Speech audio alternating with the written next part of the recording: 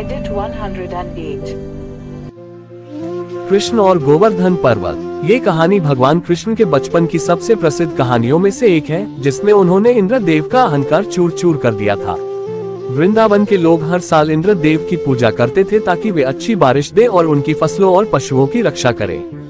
एक बार जब इस पूजा की तैयारी चल रही थी तो बाल कृष्ण ने अपने पिता नंद बाबा से पूछा, पिताजी आप ये पूजा क्यों कर रहे हैं? नंद बाबा ने कृष्ण को बताया कि इंद्रदेव वर्षा के देवता हैं और उनकी पूजा करने से वे प्रसन्न होकर अच्छी बारिश देते हैं।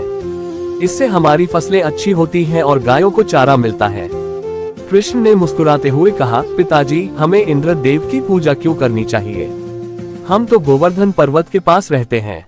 यही पर्वत हमारी गायों को चारा देता है और हमारी रक्षा करता है। हमें उसकी पूजा करनी चाहिए, इंद्र की नहीं।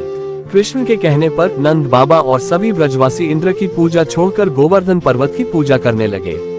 उन्होंने तरह तरह के पकवान बनाए और गोवर्धन पर्वत की परिक्रमा की।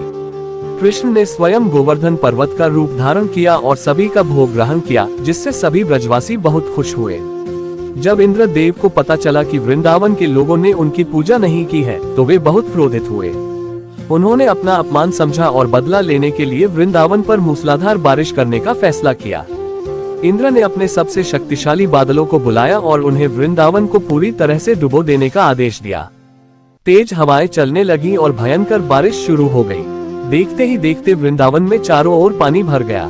लोग और जानवर डरकर भागने लगे। सभी ब्रजवासी मदद के लिए कृष्ण के पास आए और उनसे अपनी जान बचाने की प्रार्थना करने लगे। तब कृष्ण ने सभी को शांत रहने को कहा। उन्होंने अपने एक हाथ की छोटी उंगली पर पूरे गोवर्धन पर्वत को उठा लिया। उन्होंने सभी ब्रजवासियों और उनके पशुओं से पर्वत के नीचे शरण लेने को कहा। सभी लोग, गायें और बछड़े गोवर्धन पर्वत के नीचे सुरक्षित थे। इंद्र ने 8 दिनों तक लगातार बारिश की, लेकिन वे कृष्ण को हरा नहीं सके।